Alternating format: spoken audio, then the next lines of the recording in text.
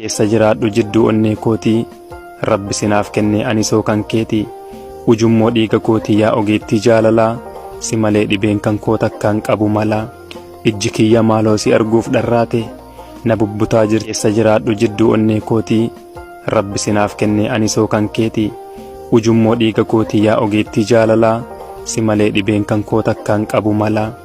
ijji kiyya maaloo si arguuf dharraate na bubbutaa jirti onneen keessa jiraadhu jidduu onnee kootii rabbi sinaaf kenne ani soo kan keeti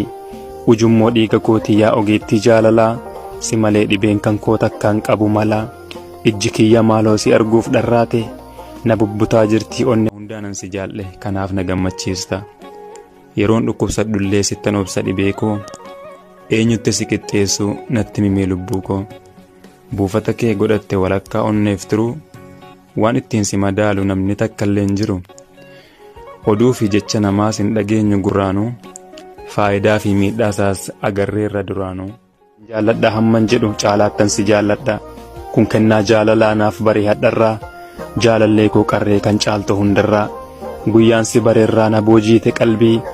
maraatuman ta'ee qabiitii na dhaabii walakkaa